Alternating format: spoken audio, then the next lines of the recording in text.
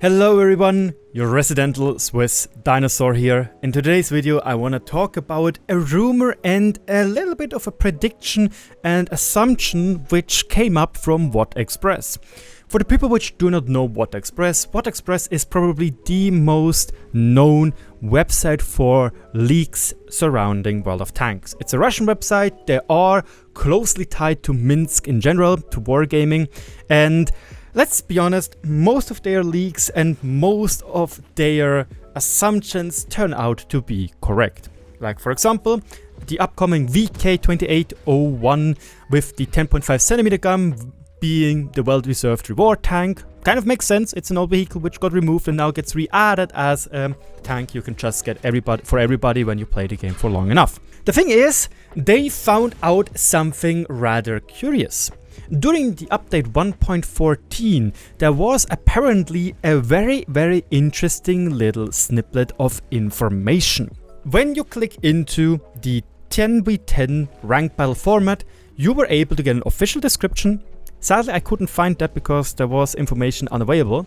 But the thing is, they say for completing each of the 3 seasons, you will be able to receive a special style for tier 10 vehicles. And at the end of the 2021-2022 season, valuable rewards and a unique tier 10 vehicle. That is kind of interesting if you ask me. Why exactly? Obviously, you can imagine it. Usually, or so far, the last 2 ranked seasons we had tier 9 vehicles, the Kampfpanzer 50T and the Concept 1B, both of which being borderline overpowered, especially the Concept 1B in hands of a capable player. So it is kind of interesting that all of a sudden this might have been a slip up by Wargaming, but it looks like for the 10 vs 10 format, which once again will have 3 smaller sessions in between for the season 3, which one will be in fall and the 2 others in the beginning of 2022, we are going to probably get a tier 10 reward vehicle. Speaking of the 10 vs 10 format, let me know in the comment section below what you think about it. I personally really did enjoy 10 vs 10 ranked. It is more fun, especially with less RD, and it feels like I, as a skilled player, have more impact into the game, especially when I'm obviously playing the meta, which is Krankenwagen, SV1, EVRs, and that's about it. I really enjoyed it because, again, I did feel like the games were quick, the games were decisive, and except for Mountain Pass, fuck that map, everything was fairly okay-ish. Obviously, I heard somebody or some other people saying they don't really like it. Most notably, Lord Voldemort said he doesn't like it. He enjoyed the bigger maps, but the bigger games, for me personally, I think less people makes it more important about personal skill. WoT Express also came up with an idea what tanks in theory could be added as those tier 10 reward vehicle for the 3rd season of ranked battles. So I'd say let's start with the first vehicle, and that should be this little fella right here, the Object 780. They say this is like their first assumption which could come to their mind, because this tank right now doesn't really have a use. The problem, however, is, and they acknowledge that, is why should they add this vehicle when there are other options out there? The Object 780 was meant to be something for the 10th year anniversary of World of Tanks. That's why we have a big 10 right here. That's why we have the date 12/8/10 over here, which stands for the 12th of August 2010. Yes, we have it a little bit different, my American viewers, and I know most of you are American viewers. So yeah, or the biggest share. Yeah, 12th of August 2010, which I think was the birth of World of Tanks. But yeah, it didn't came to fruition. I don't know what Wargaming decided to do or what the plan was. Maybe it was to get all 5 keys, but they then noticed that it's a little bit unfair for the people which didn't know about this because nobody knew at the beginning. So people just kind of skipped about it as soon as they got 3 keys for the T30 skin, which is still a very cool skin, by the way. Thanks for that. And maybe they wanted to do a small game mode where you were able to get this, but they got flashbacks from the T22 medium rigging. I don't know, we never know what exactly was the plan for the Object 780. Still, it is in the files. It rarely gets tested at the moment, so we can't really see what Wargaming is planning to do with that thing. Maybe it will be a new Clan Wars reward for the winter campaign. Usually there we are getting new tier 10 vehicles. But yeah, at the moment there is no use of it. Maybe you say, well, maybe because it's overpowered. The thing is about the stats, it doesn't really look that OP. Like, if you think the 277 is OP, then maybe this tank will be strong. If you consider 260 to be OP, then you consider this tank strong. If you consider both tanks, 260 and 277, to be balanced, then you will say that this tank is balanced. Yes, it has good armor. Yes, it has a unique profile. It cannot be tracked with damage. But that's about it, you know. Yes, it has cupolas, which are fairly small, but it doesn't have good gun depression. And the DPM is not that good either. 2100 is kind of low for a 490 alpha gun, if you ask me. But yeah, maybe we'll see this tank later down the road. It's still a tank which used to be a proposal. It never has been made, as far as I know. So yeah, but this is the first proposal which we are having. The second one would be the Object 268 version 5. However, here also WoT Express is acknowledging that they thought this tank would come with the black market 2021, which it didn't, which is a pity. But the thing is, the Object 268 version 5 is also kind of the perfect candidate for a Clan Wars reward. The Clan Wars reward tanks, in my opinion, should be unique and balanced. Not unique and overpowered, like the Chieftain is, or unique and super strong, like the 907 is. Because it's still meta, especially in Clan Wars right now. The thing about the Object 268 version 5 is it's much more in line like the 121B, like the M60, like the T95E6, like the Carro da Compartimento 45 T. That it's just unique. I don't consider the Carro to be amazing.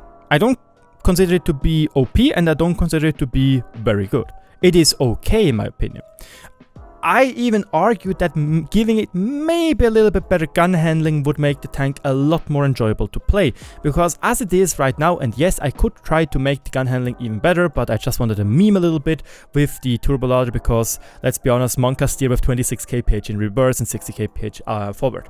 But yeah, if you looked at this stream or the short stream session with Skill for LTU, you did see that the Carro da Compartimento, or he played the Carro da Compartimento with the improved aiming unit, meaning that he has better accuracy. And other people, I think that he played it with IRM to give it the better dispersion on the move. But in general, I would say maybe give it a slightly better gun handling, and this tank is fine. It doesn't have the best DPM.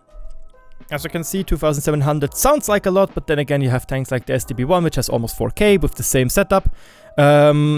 Actually not the same setup, as you can see, because it doesn't have an rammer. Then you have this tank like here, which has 3.5 with no bond equipment whatsoever. You know, there are a lot better tanks out there, and you have a 4-second interclip, making it rather hard to clip people with. You do have some turret armor, but then again you have this as a weak spot, this as a weak spot, and the cupola as a weak spot. In my opinion, I would say and argue that the Carro is a very, very good vehicle. And to those people which are arguing, no, the Carro is overpowered because you got wrecked with it, or you got wrecked by it, it's probably more due to it being played by only a select few people, which in 90% of the cases are very good players. Why exactly? It was the first new Clan Wars vehicle in quite some time. This led to a lot of people playing Clan Wars again last winter. So the people which started playing again were usually those people which are good at the game anyway. Most Fame members, Invil members, CSA members, GX, Weird, Tents, etc, etc, etc members. Newt, etc. So it's most likely just because they were highly skilled. But yes, the biggest problem is maybe that it has APS standard rounds and APCR as premium rounds, meaning that there's no need to shoot AP rounds in any universe, because APCR is just better in every single way. The last tank, you already saw it in the comparison. This is the most likeliest tank to beat tier 10 reward 4 ranked, is the 114 SP2. And if I have to be completely honest, I really, really like the concept of this tank. It feels like a mixture between an E4 and the Gorilla 15. With having less alpha, better DPM though, and worse armor than the E4, but better armor than the Guerrilla 15. And mobility-wise, it's okay. It is a rather unique vehicle and something which right now I'm kind of missing again at tier 10, and this is also why I kind of want to have the Object 263 on tier 10 again, as well as this is also something you should totally write in the comment section below to know if you would like to see a complete video about this topic. I really would wish to see Wargaming introducing a 12.8 centimeter gun for the Guerrilla 15. Just look, let's be honest. The tier 8 has a choice between a 15 centimeter and a 12.8. The tier 9 has a choice between a 15mm and a 12.8, and suddenly the tier 10 doesn't. Wargaming wanted to soothe and make the trees easier to understand, give them a theme, and suddenly the theme is gone on tier 10. Come on Wargaming, you know that you kind of screwed up there. Especially after you showed that with the E100 you're able to balance 2 different gun types. And maybe with the VZ55, even though I think this tank will be very, very strong. The thing is, 12.8 centimeter Guerrilla would be kind of epic, I would say. But the 114 SP2 might also be epic, because it's literally that type of tank which might be strong in the hands of a good player, but it's nowhere near as overpowered as a tank like a Chieftain, you know? The armor is laughable, you know, 75 a little bit on the upper front plate, you have this which is 135, you might be able to bounce some stuff, but you won't. It's rather big, the mobility is lackluster, you know, 15 HP per ton ratio, 45 kph top speed. The DPM though, that one is a pretty decent value, bang for your buck if you ask me. Here we can quickly compare it with the Guerrilla 15 because those tanks will most likely have a similar playstyle. Pen wise, almost identical, 650 versus 750 alpha, yet the 114 SP2 does have better DPM by 217. It does have worse accuracy, and it does have worse aim time by almost half a second. However, it does have a turret. So that is pretty decent, you know. Yeah, it will feel unique, but still kind of equal-ish to the Guerrilla 15, and that kind of makes it interesting to me. And I'll be looking forward to try my hands on this rather unique Chinese tier 10 tank destroyer. Lastly, which would also support this theory this tank to be coming as a tier 10 reward, is the Chinese server just recently got updated to our meta, you know, to our update. It's not 9.22 anymore, it's 1.13 or 1.14 soon. So it is right up there, so it might be a good idea to make ranked a little bit more interesting for the Chinese player base by introducing a Chinese vehicle. We as a community won't really care much, we just say, oh look, it's a new tank which we can get and it's rather unique, it has a unique playstyle, yeah, why not?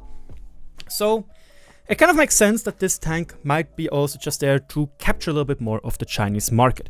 Lastly, I do want to address a thing which people will probably point out. And that is, but Raging, there are so many tier 9 tanks out there, on premium ones or reward ones. Why do you think it will be tier 10? Well, again, first of all, they kind of blew it a little bit, if the statement of WoT Express is correct. Second, probably those tier 9s are just all reserved for the battle pass. This one is never going to come. This is a premium from the Chinese server. Maybe it will come once as a reward on EU, who knows. But yeah. Right now, we only really have 3 options right now in the game. That's the Lorraine 50T, the Object 752, the Stridswagen K, and the Judas Alt 3. The Cobra doesn't count, it's still not balanced at all. I don't know what this tank is supposed to be, but this tank is not going to come. So we are kind of stuck with the Lorraine, with this tank right here, and this tank and this. Okay, it's 4 tanks, my bad.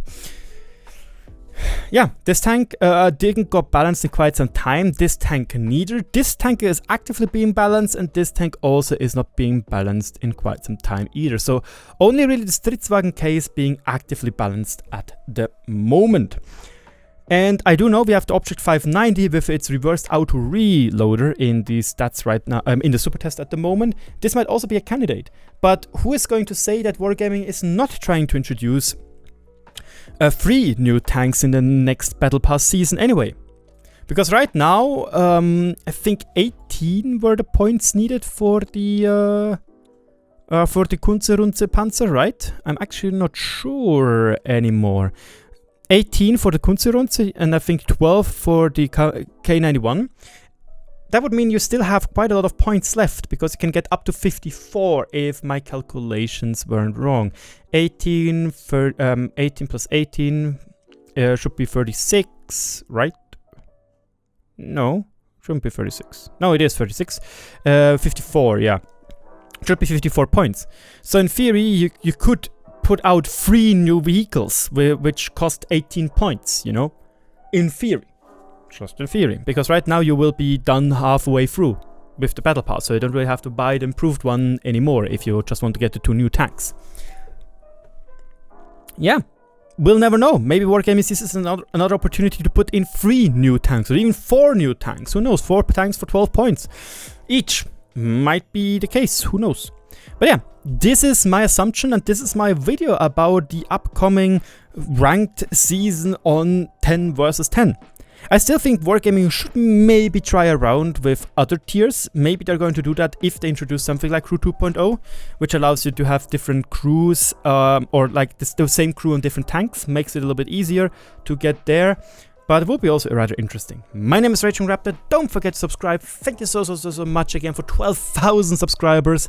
And I'll see you around in the next video. Cheers.